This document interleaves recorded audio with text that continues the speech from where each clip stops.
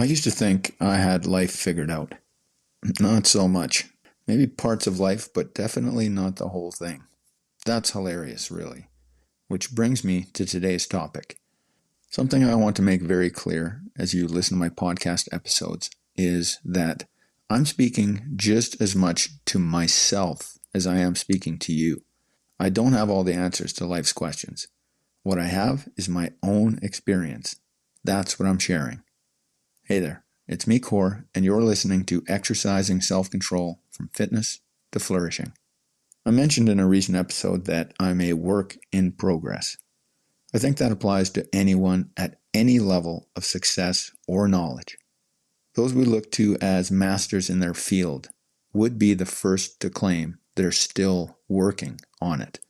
There may be a point in anyone's development where they think they've got the universe sorted, but as the saying goes, the more you know, the more you realize you don't know. There's an old Zen saying that fits here as well. Before enlightenment, chop wood, carry water. After enlightenment, chop wood, carry water. Life's tasks remain the same. You still need to tie your shoes and take a shower, handle daily responsibilities. The difference is the earned perspective you bring to these moments.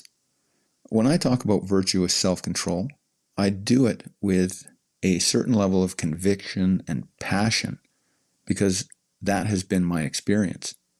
Virtuous self-control, as I define it, means living your highest values while realizing your most important goals, whatever the circumstances. It's consciously choosing your response rather than reacting automatically according to your conditioning. For instance, I like routine. It's the way my mind works, and I'm comfortable with that. When my morning routine gets disrupted, I used to feel frustrated and let it derail my day. Now, having practiced virtuous self-control, I see that disruption as simply a circumstance. It's an opportunity to practice adaptability and operate with excellence regardless. I can still get frustrated, but I get a hold of myself quickly and get on with what needs doing.